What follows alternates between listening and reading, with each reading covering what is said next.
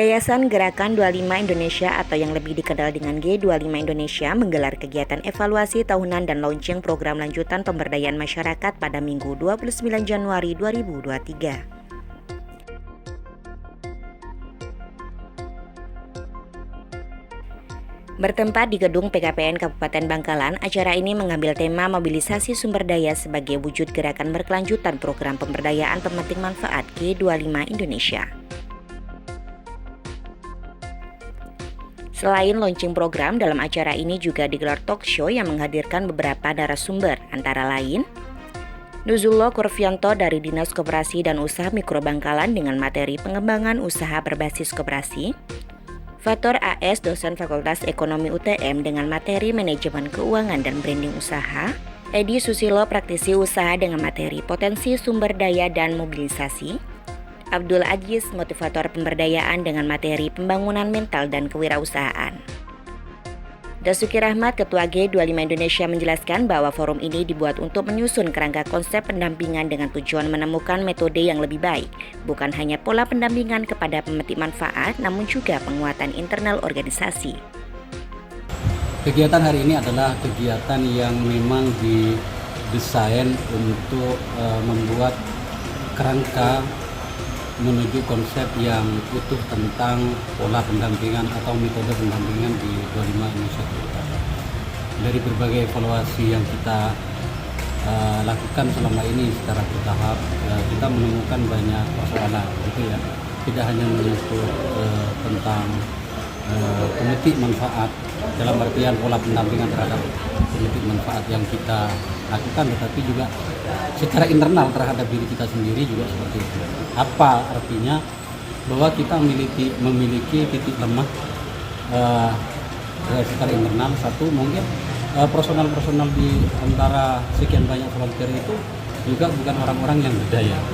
Ada dua tujuan besar kenapa forum ini saat ini kita lakukan adalah bagaimana menemukan konsep pemberdayaan internal itu. Yang kedua, membakukan konsep, menyempurnakan dari konsep yang ada, bagaimana kita melakukan pendampingan dengan metodologi yang lebih bagus lagi ke depan. Lebih lanjut, Dasuki menyampaikan program lanjutan yang di-launching dalam acara ini adalah program simpan pinjam dengan pinjaman bunga 0% kepada pemetik manfaat yang sebelumnya sudah diberi bantuan berupa barang usaha, yang secara simbolis diberikan kepada dua pemetik manfaat, yaitu Bapak Nanang, penjual sayur keliling, dan Bapak Didi, disabilitas yang memiliki usaha bengkel. Nama program yang di-launching program simpan pinjam bunga 0%.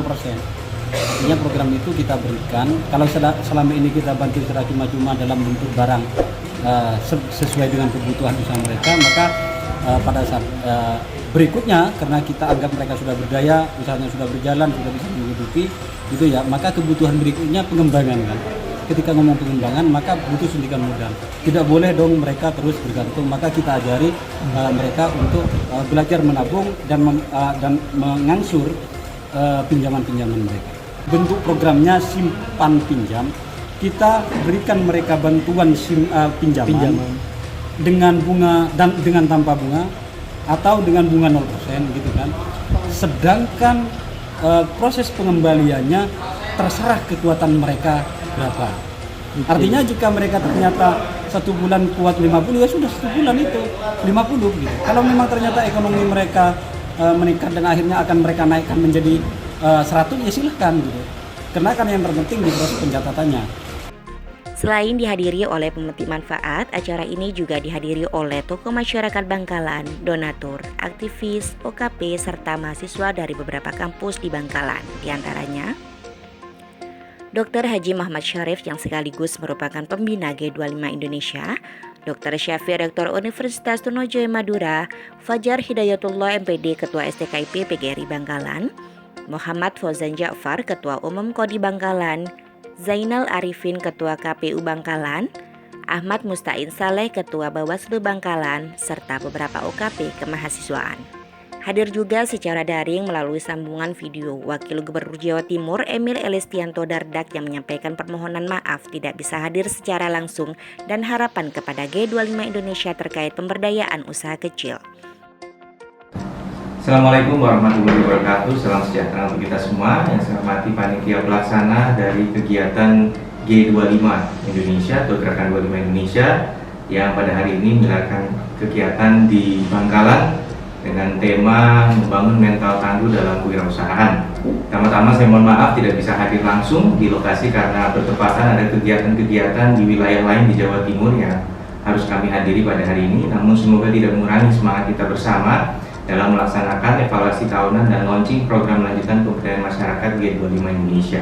Pemerintah tentu perlu peran serta dari setiap elemen masyarakat untuk ikut bersama-sama kita menggerakkan segala inisiatif yang bisa membangun kemandirian masyarakat di Jawa Timur.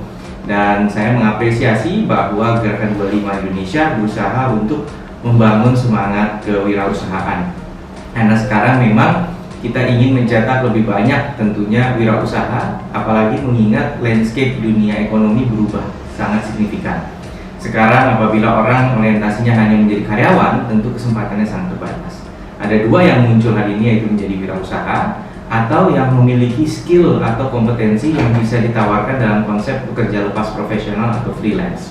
Nah, inilah sebabnya tentu kita berharap bahwa wirausaha ini dibangun bukan saja kemudian yang dibangun itu adalah kompetensinya, tapi juga yang dibangun adalah mentalnya.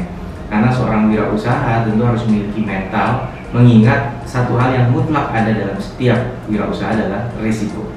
Nah, kita harus mencetak individu yang bukan nekat sembarangan ngambil risiko, tetapi juga bukan orang yang terlalu berhitung tapi tidak berani ngambil risiko. Harus bisa membalance atau menyimbangkan keduanya. Nah, mudah-mudahan tentunya kemampuan kematangan dalam mempertimbangkan atau memperhitungkan risiko dibarengi dengan keberanian dan ketangguhan dalam menjalankan dan menghadapi perubahan-perubahan yang terjadi di tengah perjalanan. Sehingga apabila dari rencana A ternyata ada perubahan, tidak kemudian gugup, panik, atau bahkan mengalami stres. Nah, inilah yang saya harap bisa dilakukan melalui kegiatan-kegiatan seperti ini, mencetak generasi-generasi penerus bangsa yang tangguh, yang kemudian mampu menjadi penggerak ekonomi yang mandiri. Sukses sekali lagi. Wassalamualaikum warahmatullahi wabarakatuh. Dari Bangkalan, Jawa Timur, tim Lensa Jatim.